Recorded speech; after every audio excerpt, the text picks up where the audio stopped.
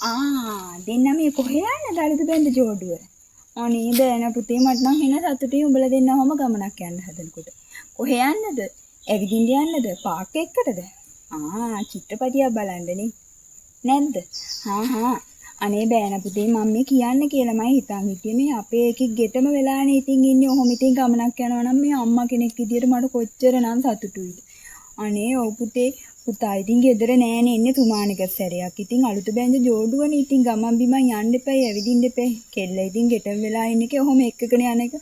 අනේ මට කොච්චර සතුටුයිද පුතේ. ඔව්. දැන් අද රැට මං උයන්නේ නෑ ඔය දෙන්නට. හොඳද? මොනා හරි කඩෙන් කාලා එන්න ඔය අපේ කෙල්ල කණ්ඩ ආසයිනේ මොනවාද? ෆ්‍රයිඩ් රයිස් ඔය කොත්තු අනම්මනම් පිටි જાති හරි ආසයි කෙල්ල කණ්ඩ. ඔව්. ගෙදර ඉන්න කාලෙත් මං ඕවා දෙනල්ලා දෙනවම අයිනේ තුමානික සැරයක් හරි ඒ හින්දා ඒව දෙන්නත් එක කාලා හොඳට සතුටු වෙලා එන්නකො. පුළුවන් නම් අද ආවේ නැතත් කමක් නැහැ. ඔය හොටෙල් කාමරයක් හරි අරන් දෙන්න ඉතින් කාලා බීලා හොඳට විනෝද වෙලා එන්න. ඕ මාමා මේ නාකි පරදැලනේ මං ඉතින් ගෙදර තියෙන වැඩක් බලාගෙන ඉන්නවා. පුතේ බොල් ගෙඩියක් අතේමනේ. මම මේ කියන්නම හිතාන්නේ තිය පුතාට. අපේ කී අතින්ම අයින පුතේ රෙදි හොදන්නේ. ඔව් ඒකි ගත්තොත් තුවාල වෙලා. මං ගෙදරදී ඒකිට රෙද්දක්වත් හොදන්න දුන්නේ නැහැ. මේ මම්මනේ හැමදේම කළේ. දැන් ඉතින් බැඳලානේ මාත් ඉතින් වයසක ගෑණියේ මට ඕවා කරන්න බෑ. නානකඩ පුතේ ඔය කඩේ තියෙනවා මොහේ ගෙවන්න දෙනවලු මොනවාද රෙදි හොදන මැෂින් වගේක්. ඔෂින් මැෂින් එකක් ගෙනල්ලා දෙන්න පුතේ. ඔව්. අද උනත් කමක් නැහැ ගෙනල්ලා දෙන්නකෝ පඩිසල්ලි ඇතිනේ. ඔව් ගෙනල්ලා දෙන්න. අනේ ඒකිට දුකක් දෙන්න එපා රෙදි හොදන්නවත්. ඔව් මං කැමති නැහැ අපේ කෙල්ලකින් වැඩක් පළක් ගන්නවට.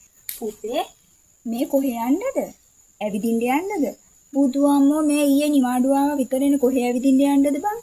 උඹත් කෙල්ලේ ඉතින් ආවා විතරයි එක්කගෙන යනවා නේද? වටේ රවුම් ඇවිදින්න. අනේ දෙයියනේ අපිත් ඒ කාලේ බැඳපු අලුත මේ ගෙවල් අස්සටම වෙලා හිටියේ. ඔහොම ගෙවල් නෙමේ කටුමැටි ගෙවල් වල අපි දුක් විඳින්නේ. උඹලට සැප වැඩි කෙල්ලේ. බුදු අම්මෝ පුදුම රවුම් ගෙවිල්ලක් නේ. මේ ගෙදර දොරේ වැඩපල කරන්න මං ඉන්නවනේ. මේ ගෑණි ඉන්නවනේ නාකි ගෑණි මේ වයසක ගෑණි තමයි හැමදේම කරන්න ඕනේ. බුදු අම්මෝ මෙහෙම ඇවිදින්න.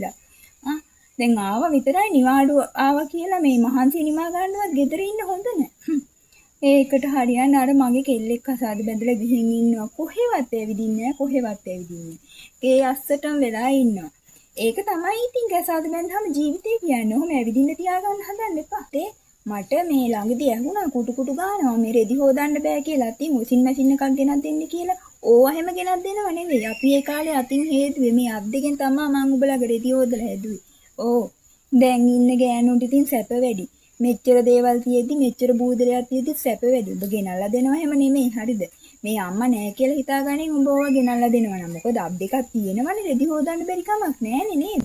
හරි දැන් ඔය යන්න ගමනේ ඵලයල්ලා. උඹලා එනකොට මම මැරිලා ඉඳී කියලා තමයි මම මේ හිතන්නේ. ඵලයල්ලා.